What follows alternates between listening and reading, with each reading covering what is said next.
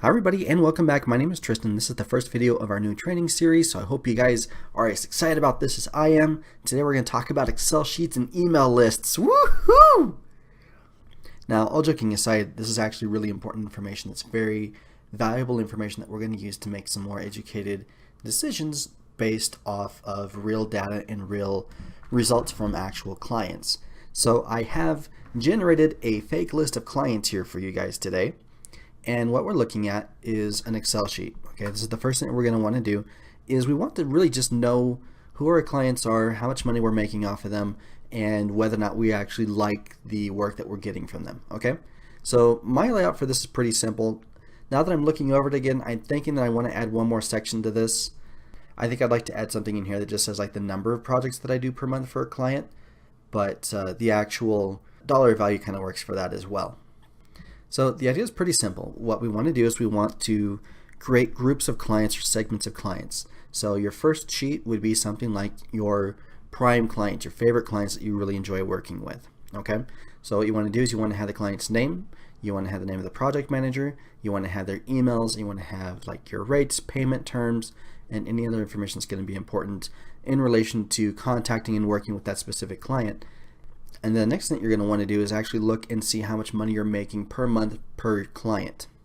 And what we're trying to do is we're trying to identify the ones that give you the greatest return on your investment. Okay, so if you know that you can spend an hour working with client A and you're going to make $100, or if you're going to work with client B and you're going to make $200, then it makes a lot more sense to dedicate as much time as you can to client B, and the remaining time will be sent to client A. Now, when we do this, then we split our clients up into three groups. We have our primary clients, which are the ones that we work with very consistently. So if we have like a project every week or a couple projects per week, and they have good rates and we really like working with them, and they're like the cream of our crop, they're the ones that we really want to work with, those go into our primary client lists. Secondary clients are clients that are like that. Maybe the rates are a little bit lower, or maybe the projects aren't things that we're as interested in, or for whatever reason they're not in the primary group, those go into our secondary client list. And then we have our tertiary client list. And these are the clients that we really don't want to work with, but we have their contact information, and if we're starving, then we will send them emails and let them know that we're available for work. So this is the first thing you're going to want to do is actually make this list and have it in a place where you can use it and look at the numbers, look at the data, and see which clients really make the most sense for you to work with. Okay. Now the reason that we want to do this is because in the next step, then we're going to go and create a way that we can keep in contact with those customers. Now in this case, we're just using Google Spreadsheets, I think is what it's called. It could be like an Excel, or if you have access to it, then something like QuickBooks actually works really well for things like this. In fact, I kind of recommend using QuickBooks overall just because it can help a lot with things like taxes in the future, and that's my personal preference, but I'm going to leave those decisions up to you guys. But for our marketing business, we actually use QuickBooks just because everything's a lot simpler, it's all in one spot, and again, taxes are done in like 5 minutes, which is great. So go through and create your lists, and then as soon as you're done with this, then I want you to go to another website. This is mailerlite.com. This is what your homepage will look like, and you'll need to go through and to verify your account. This is free up to 500 subscribers, and in our case, our subscribers are going to be our clients. So we don't have 500 clients, and so we shouldn't need to pay for anything, but the upgrades are fairly inexpensive. I think from 500 to 1,000 subscribers is $10 a month, and if you're not making $10 a month off of 500 emails of actual clients, then you're doing something wrong. So just gonna throw that out there. What you want to do once your account is set up, then you want to come over and you want to grab all this information from your Excel sheet and you want to bring it into here. And we're going to click on where it says add subscribers and then add again. And this is a dummy account. I don't want to show you my actual client list because they're going to get spammed to Timbuktu, but this is the process you want to go through. Now you can copy and paste from Excel, so email, first name, last name. All you do is copy this and then copy that, paste it over here, and it's done. Now, of course, if you want to use a particular format, you're going to want to format this little chunk of information as well, so that way it coincides with this. I would go email and then project manager name and then the client name. So over here it would show up the email, project manager, and the name of the client. It's like the name of the business itself. The other option is just to go through and add them individually, and you can be as stalkerish as you want, but typically we just go with the name and the email, maybe the company name if that information is going to be relevant. And then we want to go and we want to create a new group. And these groups are going to then coincide with these lists: primary customers, secondary customers, and customers that are just kind of there. Now you can also go straight to the group function by coming back over here to subscribers, groups, create a new group. And then you just name it, hit create, and then it'll be added right here. So to summarize, step 1 is to make a list of all your clients. Step 2 is to add that list to MailerLite. And then the third step, the way that we actually make money off of this, is we're going to go over to campaigns, create campaign, and what we do is we put something like Tristan Goodwin EN translator availability October 29 through November 2nd, right? Make sure that this is coming from the right email. So this can say Tristan Goodwin, like that. Enter your email, and then if you are writing to your clients in any other languages, then this is where you would select those languages. So this is going to be things like what shows up on the unsubscribe page if they decide to unsubscribe from your list or whatever. So we hit next, and then I am lazy and I don't like to drag and drop and create my own templates. So I like to just come over here and find a template that I like, something that's usually pretty calm and easy. So let's go with, so we'll just go with like top stories, right? So hit select. And of course you can preview these things and see how they look, but I look for something usually that's pretty toned down and pretty simple.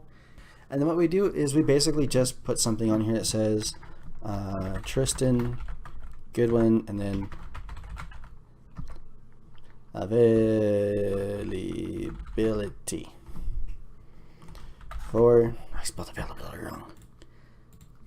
And I think I do this for a living. Availability for October 29 through November 2nd. So my approach to this is pretty simple. Text divider, text divider. So this would be like Monday, I can take on 2,500 words, right? And then Tuesday, I can do, I'm a little bit more busy, so I can only take on, I swear I know how to write in English. I can only take on 1,500 words.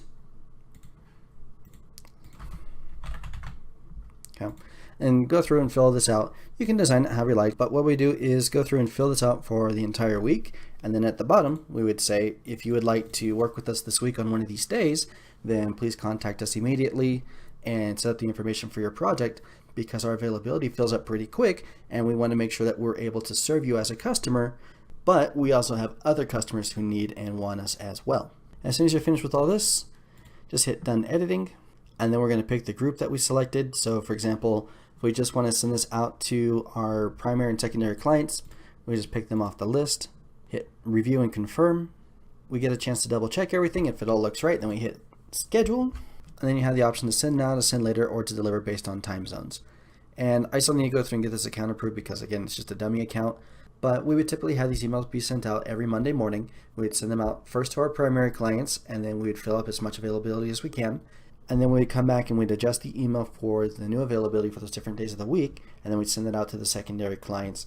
And then if we still wanted any other projects, or if we still wanted to pick up any extra work, then we'd send that out to the last list of contacts. And there's a couple different reasons that we do things like this. The first is that we want to show our customers that we are aware of them and their needs. We want to make sure that they understand they're getting priority in regards to working with us. You know, especially if we do a really good job. You know, a good translator is not really that easy to find. It takes a lot of work. You have to go through a lot of different translators, finding different styles, finding ones that are easy to work with. And so when a company finds a translator that they like working with and that's able to provide the services at the quality level that they want, and typically they're going to work to continue working with that translator. Next, it also gives a little bit of a sense of scarcity, okay?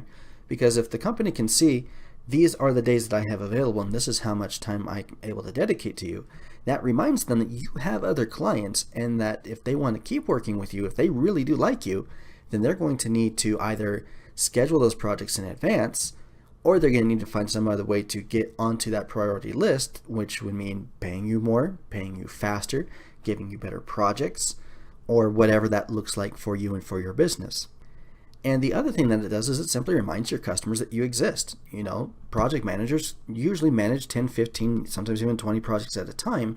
And so if you're being proactive and you're reminding them, hey, I'm here to take on your Spanish to English translations.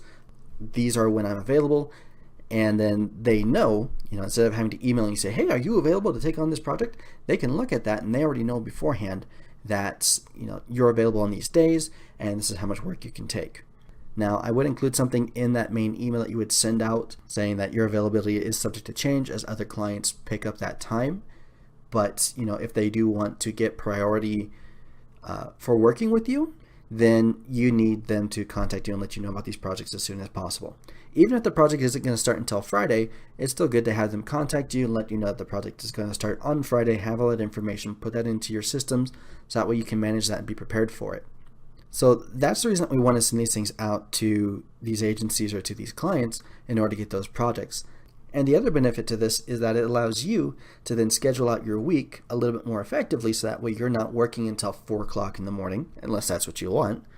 And you're not going to be as stressed, you're not going to be as rushed, and so your project is going to be done a little bit more smoothly. You're going to be able to handle your projects and turn them in on time, and it just makes the entire process for everybody a little bit smoother, and it's a big help. So that's the reason that we like building these lists, that's the reason that we like building these systems, is just because it's a huge help overall. You know who your good clients are, you're treating them with respect by giving them priority to your time and to your to you as a resource, and then they're also recognizing that you're a valuable resource because they're not the only ones who are paying you. So it's a good thing all around. And so the next question is, once you have these lists put together, say you want more priority clients. Well, you have a couple different ways that you can do that. You can reach out to the project managers and say, hey, look, I have a priority list of clients that I'm working with.